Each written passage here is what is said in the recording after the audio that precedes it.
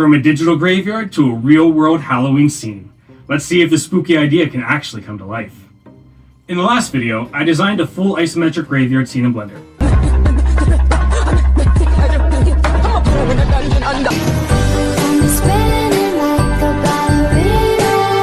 Complete with tombstones, fog, and just the right amount of eerie lighting. Now, in part 2, it's time to bring it all to the real world. I broke this video into 2 parts so I can get an idea of what people like to watch, so if you like this video, be sure to give me a like. With this spooky algorithm experiment out of the way, I have plenty of additional great ideas, so be sure to subscribe so you don't miss a thing.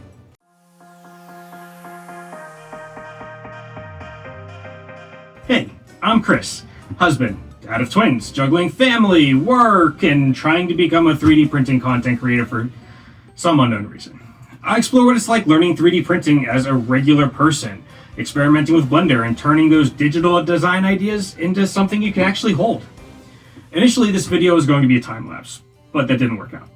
I didn't use a camera trigger, and after speeding up the video 4,000% so it was only 20 minutes long, my goal of a relaxing, satisfying time-lapse became a print head moving erratically and causing me more anxiety than when my dog is barking to go outside in the middle of a conference call. If I'm able to get some of the footage to work, I'll add it in here. If not, enjoy something a little bit shorter.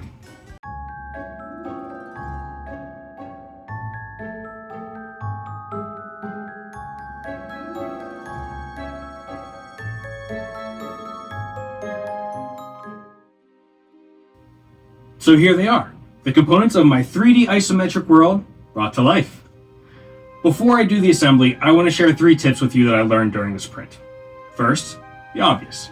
If you want to share a cool time-lapse, make sure you take the appropriate steps to share a cool time-lapse. I bought the time-lapse kit when I bought the printer, but I figured I'd find another time there were other things that were important. You can bet that putting it together has moved up on my priority list now. Second, if you want to print with more than 4 colors, be creative with how you lay out the scene.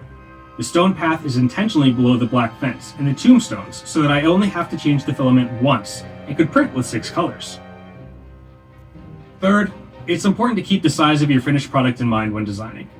The first time I attempted this, I built the mausoleum extremely detailed. The columns were fluted, I had cracks everywhere, there were cracks on the tombstones, there were words on the tombstones, but then my Blender file was well over 5 gigabytes. When I converted it to STLs, the files were way too big and kept crashing any slicer that I tried to put them in. When I finally slimmed it down enough to slice it, I realized that all of that detail that I worked on was lost.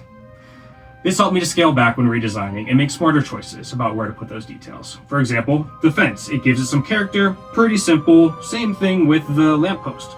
Pretty simple and easy to do, gives it some extra character. But the mausoleum, there's just diminishing return on the time invested in designing it when it's this small. Now, the part that I dread. I only get one shot at this, let's try putting it together.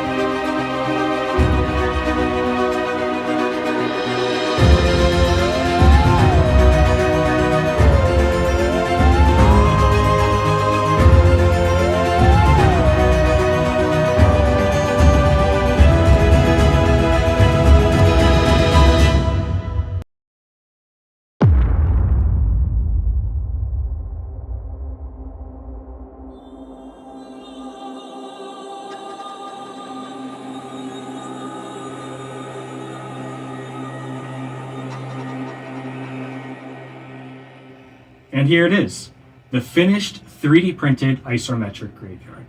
From a tiny Blender cube to a real Halloween display. It took a lot of time, patience, and more than a few late nights.